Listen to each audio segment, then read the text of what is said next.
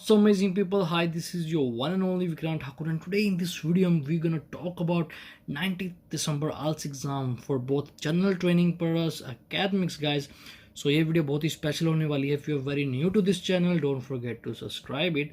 और गाइज इस वीडियो में मैं जो भी मेरी वीडियोस होती है गाइज उसमें मैं आपको हर एक बार कुछ नई चीज़ बताता हूँ, राइट. और बाकी जो भी वीडियो डालते हैं यूट्यूब में प्रेडिक्शन एंड ये वो, उनमें वो सब एक तुक्के ही लगाते हैं. प्रेडिक्शन ऐसी चीज़ गाइज कुछ भी नहीं होती, मैं हर एक वीडियो में बताता हूँ. दैट्स वाई मैं कई वीडियो में अपना फेस भी लेके आता हूँ, क्योंकि मुझे किसी का डर नहीं है, राइट. बिकॉज जो मैं चीज़ बता रहा हूँ वो जेन्युइन चीज़ बता रहा हूँ, राइट. सो ये तो चलो देखिए गाइज, बहुत दिनों बाद ये मैं वीडियो डाल रहा हूँ. सो उसके लिए मैं फिर से आपसे सॉरी कहता हूँ, because like I am in Canada, right. So इतना ज़्यादा टाइम नहीं होता है, but in future like I am done with my studies, right. So बहुत ज़्यादा आपको फिर इंफॉर्मेशन वीडियोस लाइक व्लॉग्स भी देखने को मिलेंगे. सो सब्सक्राइब जरूर कर लीजिए guys, and we are like a family, right. So let's grow with each other. So अब बात करते हैं आइल्स एग्ज़ाम की.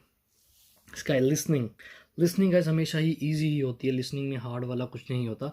Listening is the easiest model. ये सब आपके दिमाग में है. और अगर देखिए, सबसे पहले आपको एक चीज़ बता देता हूँ.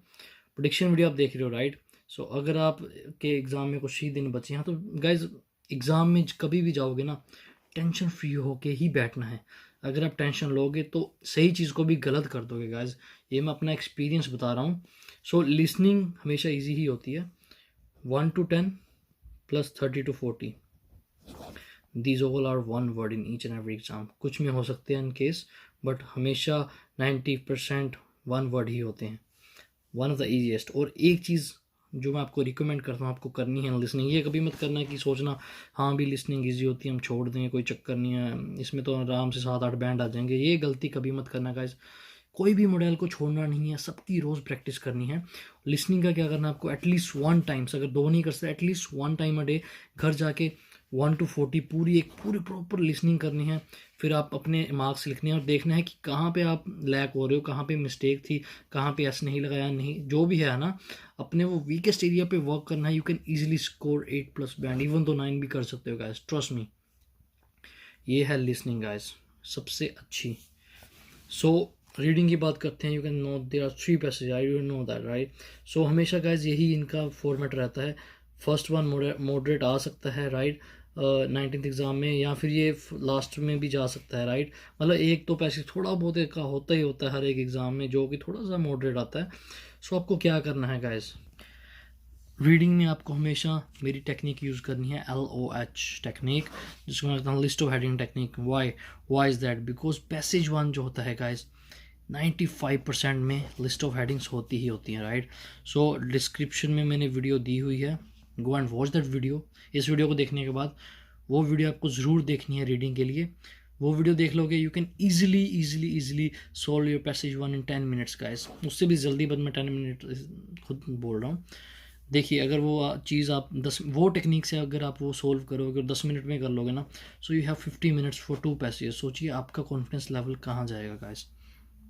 सो what you have to do is just watch that video and work on it, right. अगर आपके पास टाइम है अभी, so work on it, because like हर बच्चे की अपनी अपनी टेक्निक होती है, राइट. हर एक का अपना अपना एक तरीका होता है एग्ज़ाम करने का. बट अगर वो चीज़ आप सिर्फ वैसे वन में करोगे, जब लिस्ट ऑफ हेडिंग्स होगी, literally guys you can score very good bands, trust me. So वो चीज़ ज़रूर करना. और बाकी जो एक और चीज़ मैं हर एक वीडियो में बताता हूँ. अगर आपने, चलो लिस्ट ऑफ हेडिंग्स नहीं है, राइट, वर्स्ट केस, चलो आपने 2 पैसेज पे 55 मिनट्स लगा दिए, you have only 5 minutes for passage 3. तो गाइज आपको क्या करना है, देखिए आपको देखना है कि क्वेश्चन के क्या क्या टाइप्स हैं. ट्रू फॉल्स होगा ही होगा फॉर श्योर. और अगर फिलिप्स हुई उसमें तो हमेशा फिलिप्स को प्रेफरेंस देनी है. वाई इज़ दैट, सी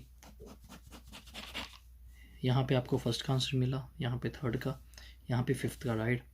सो यहाँ पे हमेशा 2 इन का आंसर इनके बीच में ही होगा, 1 और 3 के, और फोर्थ का आंसर 3 और 5 के बीच में. Means everything is in sequence in fill-ups, right. So what you have to do is you have to be focused on fill-ups if you have very less time left, right. Because true false में आप सब में true लिख सकते हो, सब में false लिख सकते हो, राइट.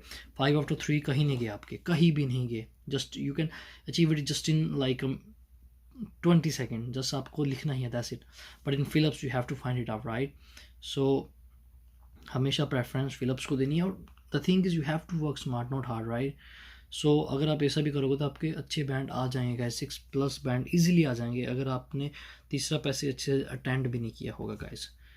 Always work smart. और डिस्क्रिप्शन में आपको हर एक चीज़ मिल जाएगी. रीडिंग का भी दूंगा और अभी राइटिंग का भी समझाऊंगा आपको.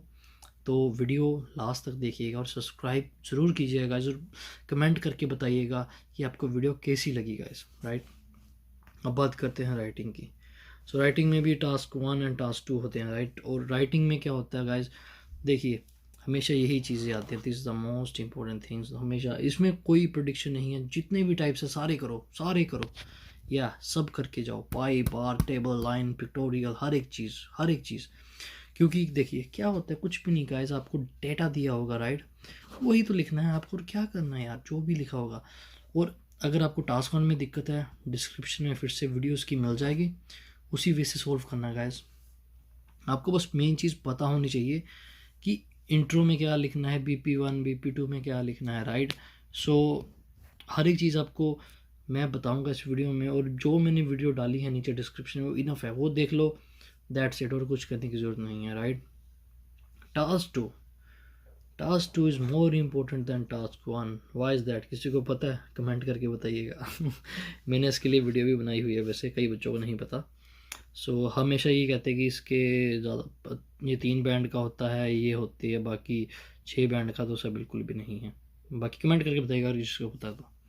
बाकी टास्क 2 की बात करते हैं. हमेशा government related, social issues, education related, globalisation, historical buildings, यही चीज़ें जो हैं टास्क 2 में रिपीट होती रहती हैं. बस थोड़ी सी लैंग्वेज चेंज कर देते हैं, राइट. सो गाइज मेन चीज़ क्या होती है, कोई इसकी प्रेडिक्शन नहीं है, कुछ भी नहीं है. बस आपको पता होना चाहिए किस चीज़ का आपको आंसर करना है और किसका नहीं. फॉर एग्जाम्पल उन्होंने जनरल क्वेश्चन दिया होगा, some people say that right, 5-6 लाइनें होगी, लास्ट में क्वेश्चन मार्क होगा. तो क्वेश्चन मार्क से जो भी पहले वाली लाइन्स है उसका आंसर करना है आपको, ना कि पहले वाला. वो that are general statements, right.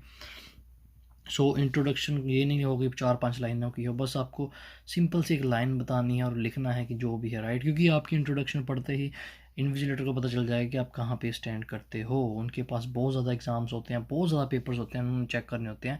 And वो सिर्फ देख के बता देते हैं कि यार ये बच्चा के हाँ कैसा होगा, क्या होगा, राइट. दैट्स वाई जब भी कोई EOR अप्लाई करता है तो राइटिंग एंड स्पीकिंग इन दोनों में चांसेस होते हैं बैंड पढ़ने के. क्योंकि इन्विजिलेटर ज़्यादा मीन्स जैसे कि फॉर्मेलिटी से करते हैं, राइट. सो मीन्स आपको जो अपने आइडियाज़ है वो पूरे पॉइंट टू पॉइंट लिखने, एक्सप्रेस करना है, राइट. सो डिस्क्रिप्शन में वीडियो राइटिंग की भी मिल जाएगी, रीडिंग की मिल जाएगी, लिसनिंग आपको पता है क्या करना है, तो बचा क्या, कुछ भी नहीं. स्पीकिंग की भी वीडियो मैं जल्दी ही अपलोड करूँगा, तो चैनल को सब्सक्राइब कर लीजिएगा गाइस.